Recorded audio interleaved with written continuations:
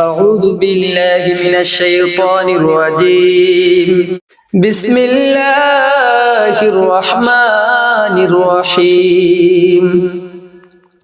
عما يتساءلون عن النبأ العظيم الذي هم فيه مختلفون. كلا سيعلمون ثم كلا سيعلمون ألم نجعل الأرض مهادا والجبال أوتادا وخلقناكم أزواجا وجعلنا نومكم سباتا وجعلنا الليل لباسا وجعلنا النهار معاشا وبنينا فوقكم سبعا شدادا وجعلنا سراجا وهاجا وأنزلنا من المعصرات ماء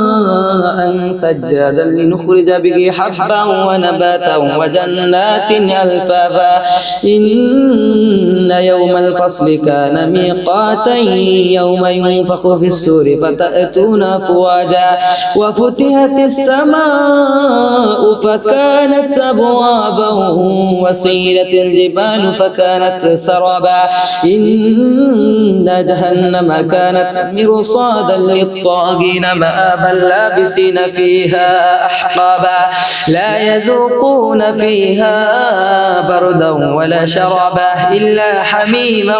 وغساقا جزاء وفاقا إنهم كانوا لا يرجون حسابا وكذبوا بآياتنا كذابا وكل شيء أحصيناه كتابا فذوقوا فلن نزيدكم إلا عذابا إن للمتقين مفازا حدائق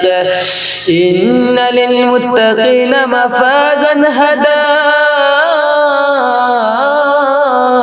حدائق وعنبا وكواعب أترابا وكأسا دهاقا لا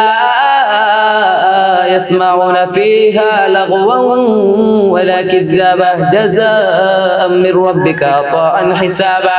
رب السماوات والأرض وما بينهما الرحمن لا يملكون منه خطابا يوم يقوم الروح والملائكة صفا لا يتكلمون إلا من أذن له الرحمن وقال صوابا ذلك يوم الحق فمن شاء